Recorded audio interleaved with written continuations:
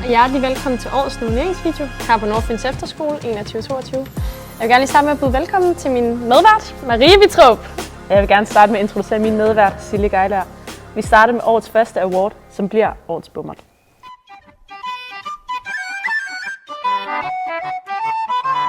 It's the dream.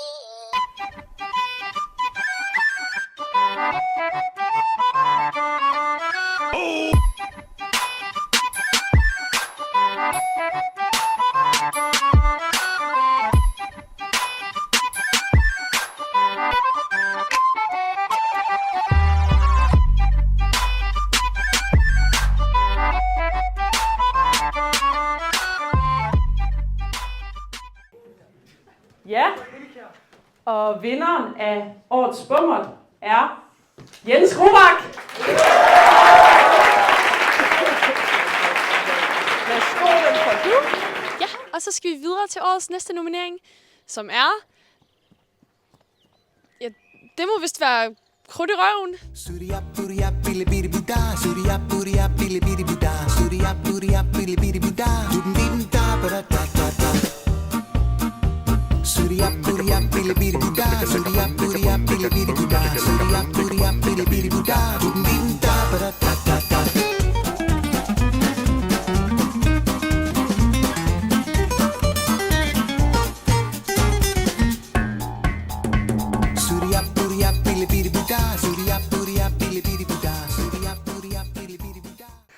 Ja, og årets vinder af Krudt i røven er Asta Becker.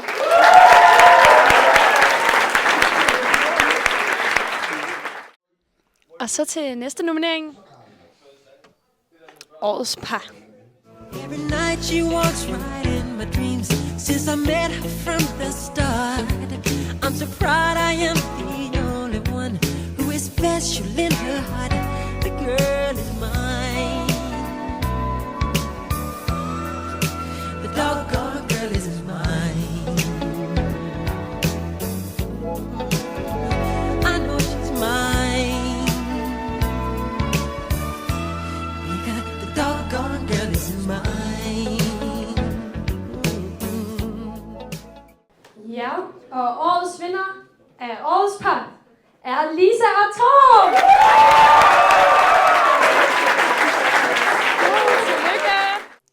Et værelse er det sted på skolen, hvor du rigtig føler dig tryg. Så nu skal vi til at kåre årets bedste. Vi er venner, og vi to skilles aldrig, bedste venner. Det er lille nok for evigt, vi er venner. Lejen, den går aldrig i stå, bedste venner. Det sværger vi på. Du får mig til at grine, så maven den gør ondt. Men heldigvis så siger man jo, at grining det er sundt. Ej, stop. Jeg skal virkelig fucking slutte hjem. Altså, oh my god, no way. Skal jeg også? Vi er venner, og vi to skilles aldrig, bedste venner. Det er lille nok for evigt, vi er venner. Lejen, den går aldrig i stå, bedste venner. Og vinderen af årets værelse, det bliver desværre ikke jer. Der er kun 2 bånd. Men Alex og Emil Kjærgaard.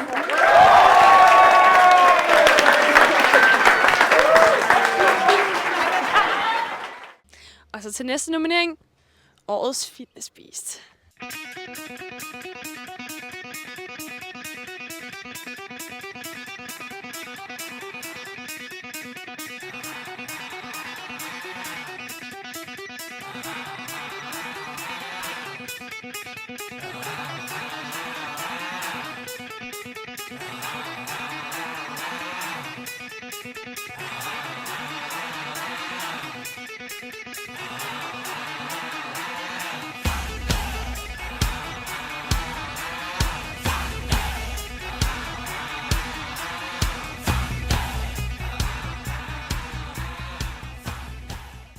Årets Fitness Beast bliver Asger Andersen. Og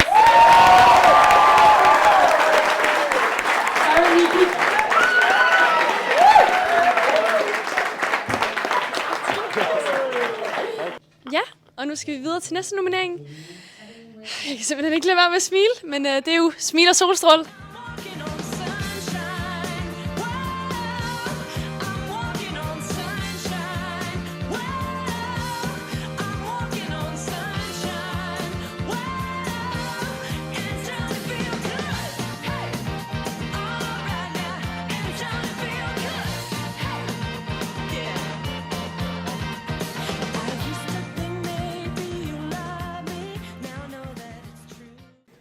Ja, og vinderen af årets Smil og Solstråle bliver Senior Nicoline!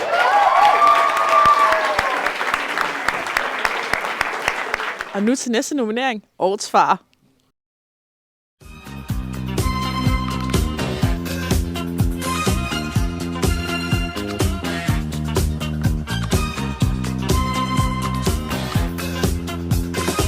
She's crazy like a fool. What about daddy cool? I'm crazy like a fool. What about daddy cool? Daddy, daddy cool. Daddy, daddy cool. Daddy, daddy cool. Daddy, daddy cool.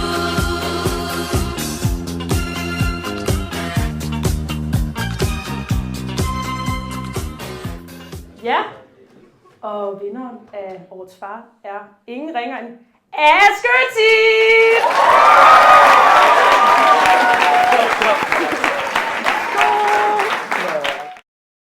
Og årets næste nominering er årets mor.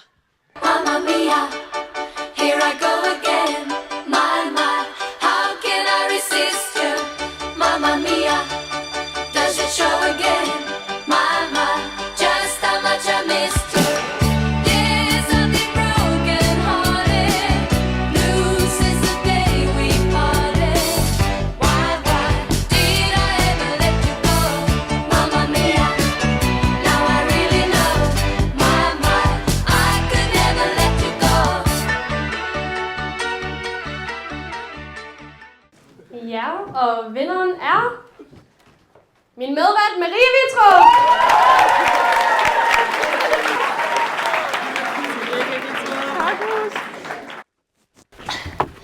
Og nu til årets gøregokke.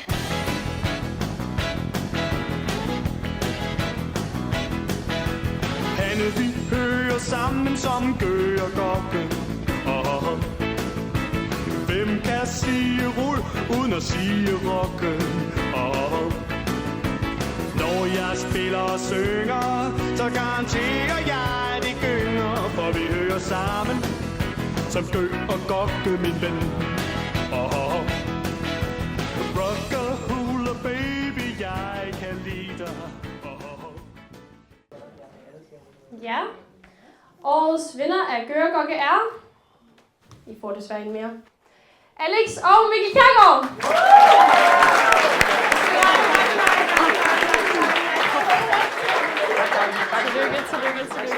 Den næste kategori, vi skal til, er årets skæg.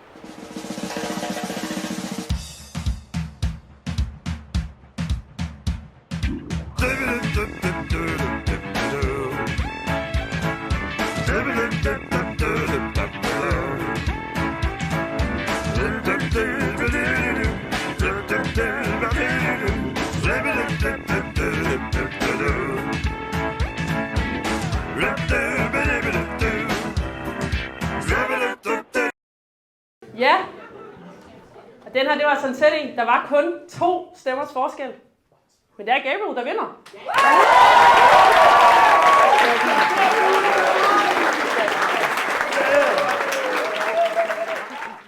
Vi skal til at kåre årets mest attraktive.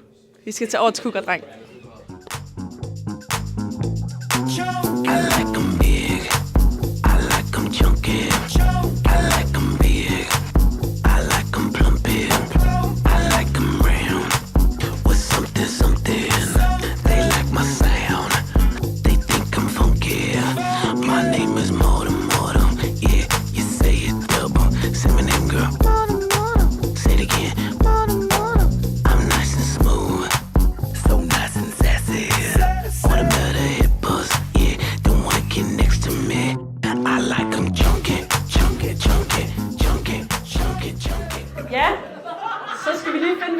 er årets cougar-dreng. Og han er simpelthen kæreste med min medvært. Det er Mads.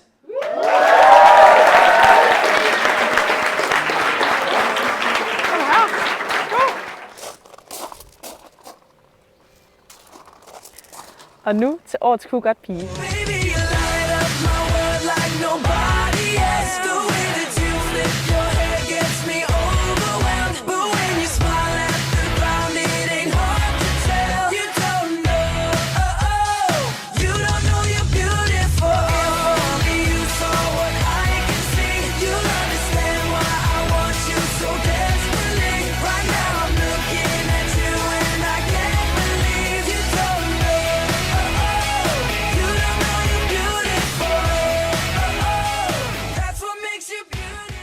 Vinderen af årets cougar-pige, det er også pigen med det mest akavede billede. Det er Senja. Hej vloggen, og velkommen til. Den næste kategori, vi skal have, er årets, jeg tror, jeg er 10. klasser.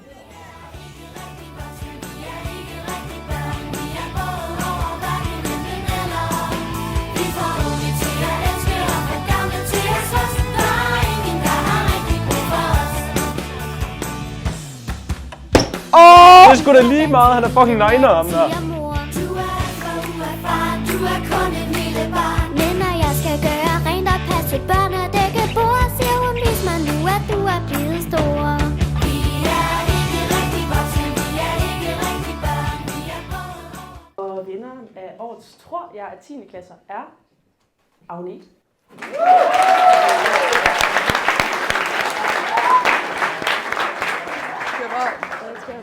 Så der yes.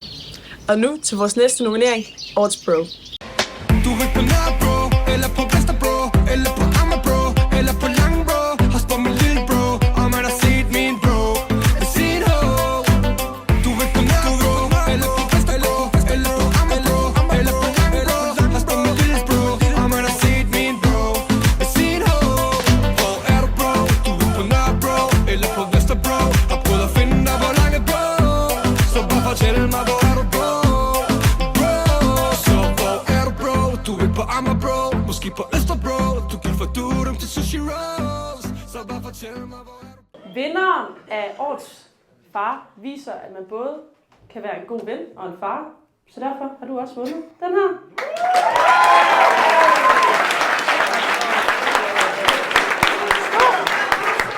Næste nominering er årets veninde.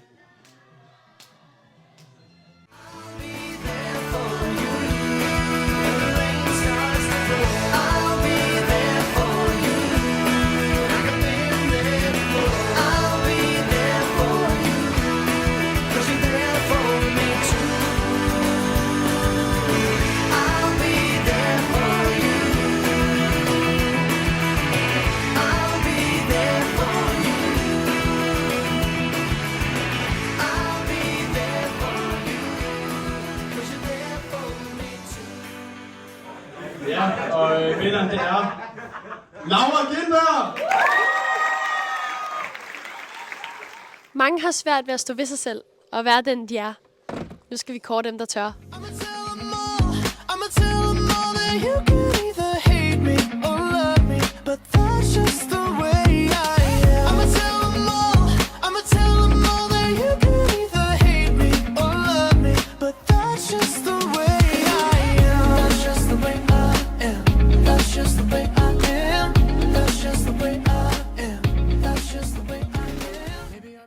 Vinderen af årets tør være sig selv er fandme en sej pige.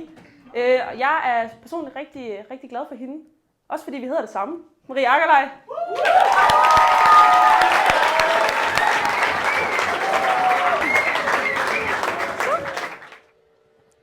Og nu til årets svigerfældernes drøm.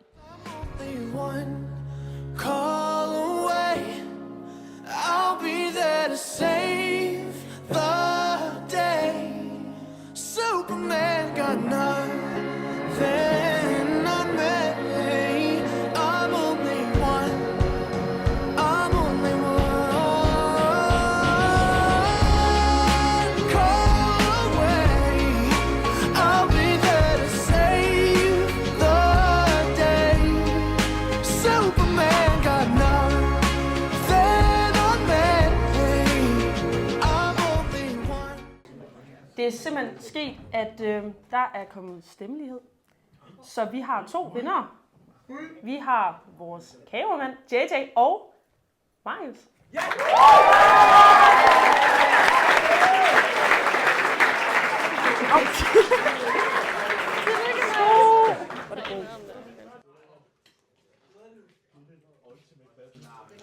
Og nu til årets rundetrunde.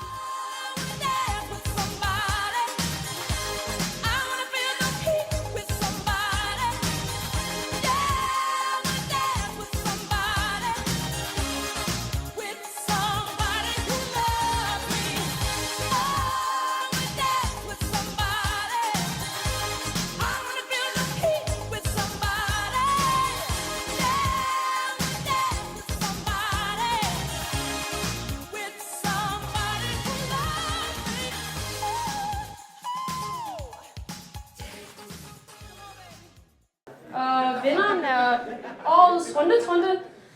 Jeg håber ikke, det kommer som sådan en stor chok, men det er jo Troy. Alexander Loge.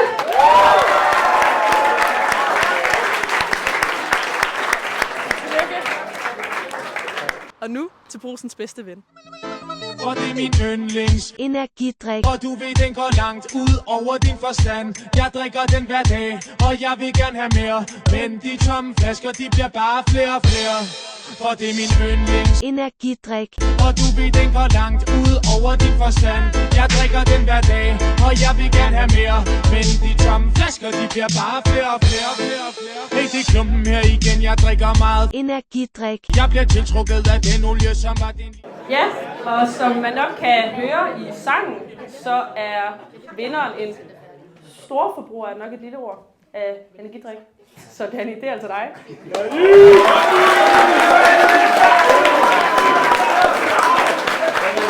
Okay, booster!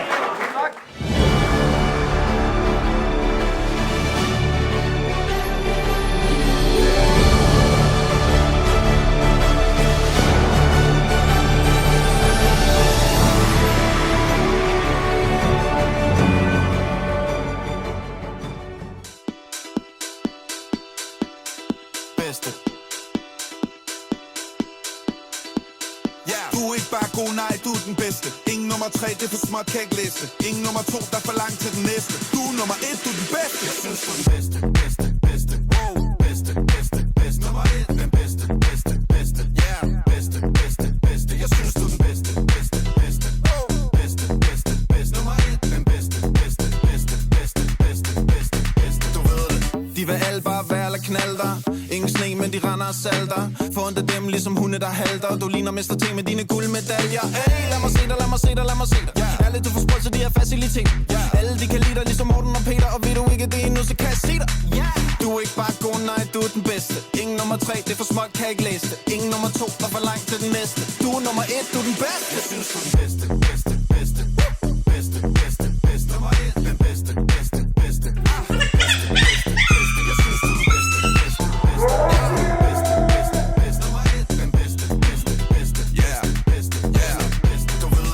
Til du kom, nu er det fedt. Og sige du er den bedste er næsten for lidt. Ekstraordinær, du virker som magnet. Du må være kommet fra en anden planet. Lad mig se dig. Først over stregen, bare der ping, du er en vinder. Lol, det er så tydeligt, de andre efterligner lige meget. Når du hopper ud af flyet og griner. Jeg mener, du er ikke bare god, nej, du er den bedste. Ingen nummer 3, det er for småt, kan ikke læse. Ingen nummer 2, der er for langt til den næste. Du er nummer 1, du er den bedste. Jeg synes, du er den bedste.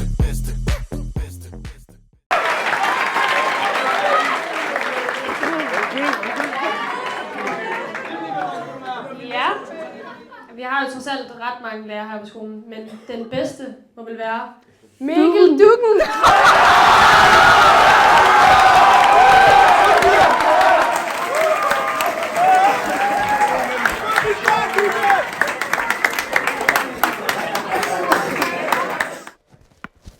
Og nu nomineringen af årets fodboldspiller 21-22.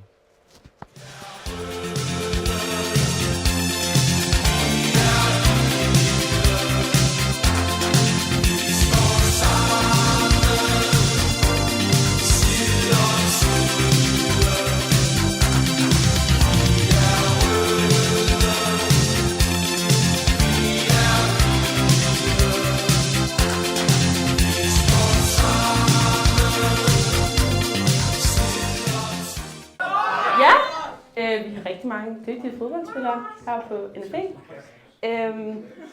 Ja, men jeg vil gerne lige bede vinderen om at blive stående. Det er altså dig, Marius.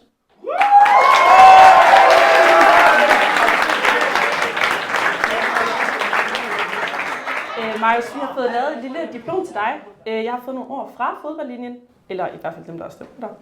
Og de siger, at grunden til, at du skal vinde, det er, fordi du er en dygtig anfører, du er en god holdspiller, du er en støtte, når det bliver svært, og så er du bare en dejlig dreng. Tillykke!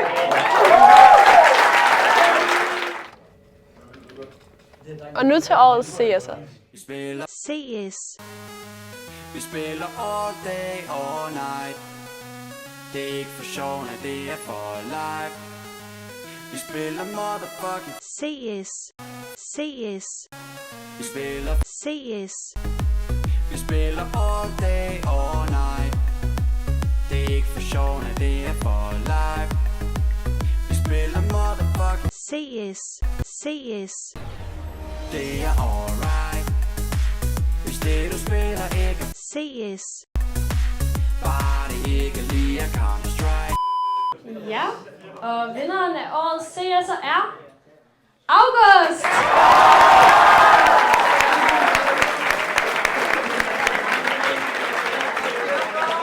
Ja, og her er der nogle ord fra dine holdkammerater. Blandt andet så er du dygtig, bringer god stemning og kommer ofte med et skævt smil. Værsgo.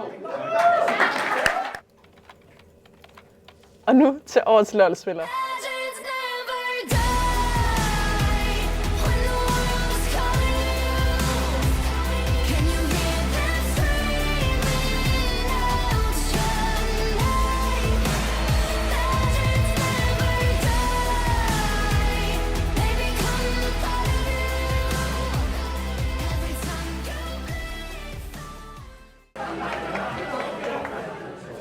Ja, og vinderen af årets LOL-spiller er en, jeg tænker dygtig, jeg forstår det ikke rigtigt, men han er også anfører på fastholdet.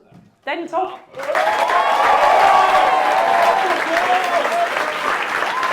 Ja. Og grunden til, at du har vundet, det er, fordi du har været igennem en stor personlig udvikling. Du bakker os linjefaget op, når det går galt, og så viser du dit værd som anfører på fastholdet. Værsgo, og tillykke. Og nu til årets danser.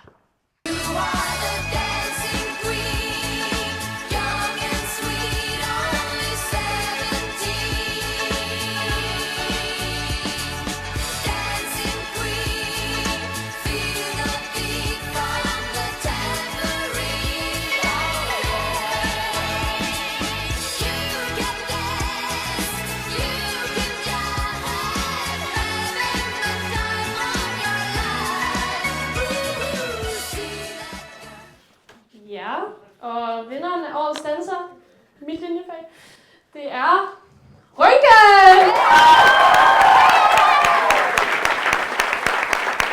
Ja.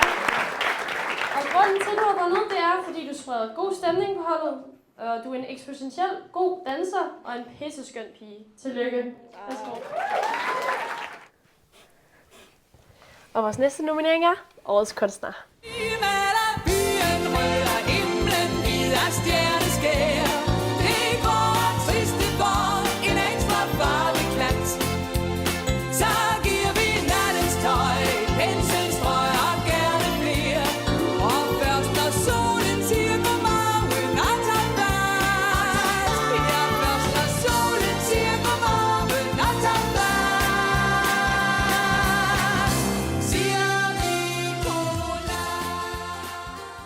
Ja, og årets bedste med pensel, bedste årets kunstner, det er Lisa!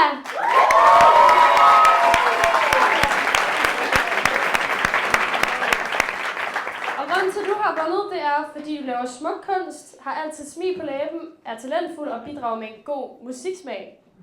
Tillykke! Nej, vent, det har vi altså slet ikke tid til det her. Vi skal til årets musikere. Hun tog min guitar, og alt hvad vi har. Kom nu, giv mig.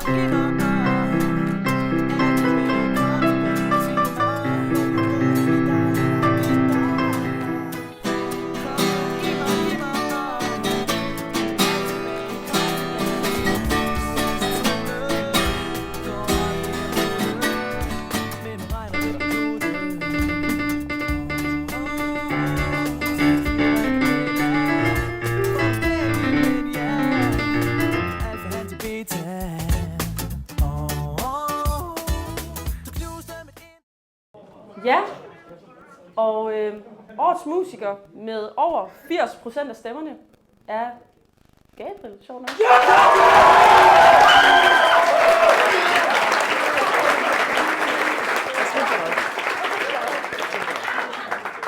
Gabriel, grunden til, at du bliver årets musiker, det er, fordi du er dygtig, du er passioneret, og så er du jo også the guitar god of NFA. Værsgo, og tillykke! Det var så alt, vi havde for årets nomineringsvideo. Vi vil bare sige tusind tak for alle de skønne mennesker, der går på NFA i år. Vi sætter virkelig stor pris på jer. Vi holder pisse meget af jer, og vi ses i fremtiden.